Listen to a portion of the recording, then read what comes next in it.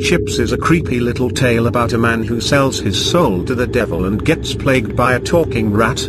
It is based on a spooky story that Charles Dickens remembered being told as a child by his nanny.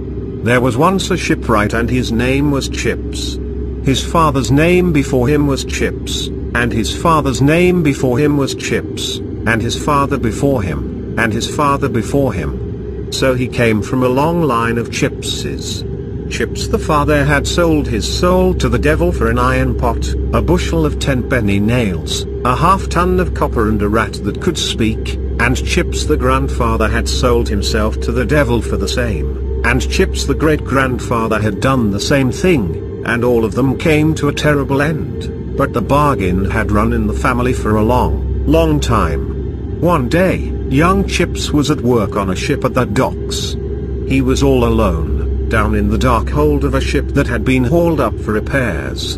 All of a sudden, he heard a voice saying, "A lemon has pips, a yard has ships, and I shall have chips." Chips looked up, and there, lurking in the shadows, he saw the devil.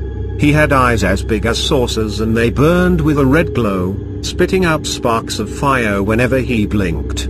Hanging over one of his arms by the handle was an iron pot, and under that arm was a bushel of 10-penny nails, and under his other arm was a half-ton of copper, and sitting on one of his shoulders was a rat that could speak. So, the devil said again, "A lemon has pips, a yard has ships, and I shall have chips." Chips was so frightened, he didn't say a word. He just went on with his work and tried to pretend it was just his imagination. "Chips ahoy!" said the rat that could speak. "Chips, old boy. What are you doing?" "I'm putting in new planks because you and your kind have eaten the old ones away," said Chips. "But we'll eat these timbers too," said the rat. "We'll let in the water and drown the crew, and then we'll eat them too." "I'd like to see you try," replied Chips as he carried on with his work. He did his best to ignore the devil, but he couldn't keep his eyes off the half-ton of copper or the bushel of 10-penny nails, because nails and copper are like gold to a shipwright, and shipwrights will do anything they can to get them. "I see what you're looking at, Chips," said the devil. "You'd better strike the bargain with me. You know the terms. Your father before you was well acquainted with them, and so were your grandfather and your great-grandfather before him." "I like the copper," said Chips. "And I like the nails, and I don't mind the pot, but I don't like the rat." "You can't have the rest without him," said the devil, fiercely. "He's part of the deal." Chips was afraid of losing the half-ton of copper and the bushel of nails, so he said, "Hold on a minute." He took a pencil and a piece of paper and scrawled out a deal with the devil to sell his soul.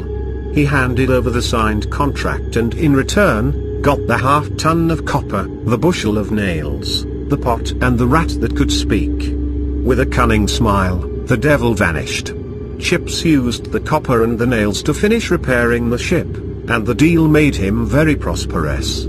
He tried to sell the pot, but nobody wanted it. Now that he was a wealthy man, Chips wanted to find himself a wife, but no girl would come near him.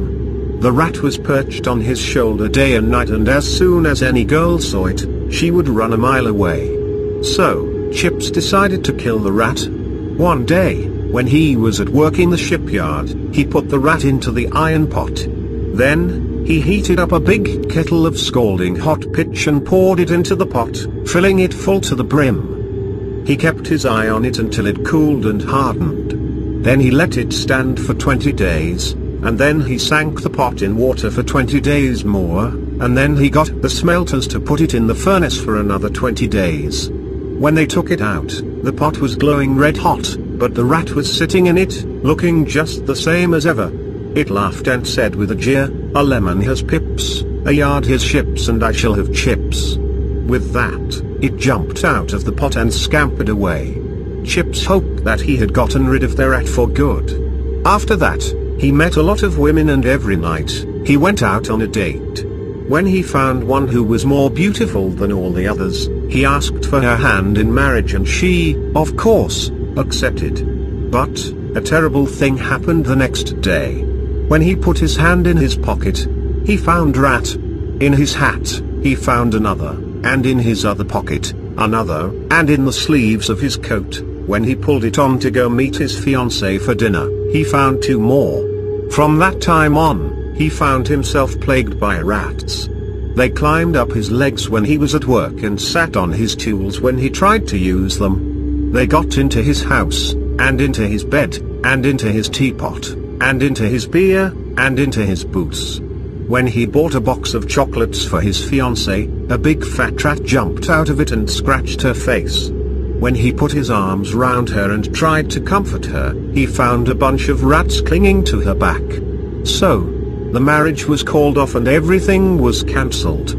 The rats even ate the wedding invitations. You can imagine what a terrible effect all of this had on poor Chips. His life was in ruins and he fell into a dark pit of depression. He kept yelling and screaming at the rats to leave him alone. His boss in the shipyard thought he was mad and fired him, and he couldn't find another job. Soon, Chips was penniless and the rats were still crawling all over him, day and night. Eventually, Chips couldn't take it anymore. He was driven to the depths of despair by the rats and was desperate to escape from them. One night, he went down to the shipyard on the docks where he had made his deal with the devil.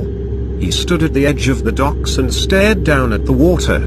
He intended to put an end to it all and drown himself. But, when he jumped off the docks and landed with a splash in the water below, Chips looked back and realized that the rats weren't able to follow him. They were all gathered at the edge of the docks, staring at him intently. Rejoicing at his good luck, Chips swam as fast as he could and managed to grab onto a rope that was trailing behind a ship that had just set sail.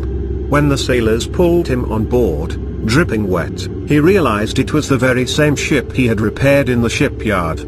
He signed up to become a member of the crew. When the admiral learned that Chips had been a shipwright, he set him to work immediately doing any repairs that were necessary. The ship was bound for the West Indies, and as they sailed and sailed across oceans green and blue, Chips fell in love with the freedom of the sea. With the cool breeze in his hair and surrounded by the salty stench of seaweed and fish, he finally felt at peace. The ship was called the Argonaut, and on the bow of the ship there was a large carved wooden figurehead. One day, the sailors noticed a small hole in its forehead, and so Chips was lowered down on a rope to repair it. Dangling on the end of the rope, he found the hole, but he couldn't figure out what had caused it. Peering into the hole, he was shocked to see millions of red eyes and sharp, white teeth, and he could hear the sound of nibbling and gnawing. Suddenly, a large rat poked its head out and said, "Chips ahoy! Chips, old boy!" Chips recoiled in horror. It was the rat that could speak. "We're eating these timbers through," said the rat. "We'll let in the water and drown the crew, and then we'll eat them too." Chips was filled with terror and dread. He climbed back up the rope and tried to tell the other sailors what he had seen, but nobody would believe him. They all thought he had gone crazy. Chips demanded to speak to the admiral. When he entered the admiral's quarters, Chips gave a big salute and said, "Sir, I must speak to you about a matter of the utmost urgency." "What is it?" asked the admiral. "We are sailing on a doomed ship, sir," said Chips. "If we don't put to shore immediately, we are all going to die." The admiral looked him up and down. "Young man, your words are a madman's words," he said. "Sir, the ship is infested with rats," said Chips. "They are nibbling us away. There is dust and hollowness where solid oak ought to be. Those dreadful rats are turning us into a floating coffin. The life of every man on board is at stake." "My poor fellow, you are clearly insane," said the admiral, shaking his head. Then, he turned to the guards and barked, "Take this man below deck and lock him in irons."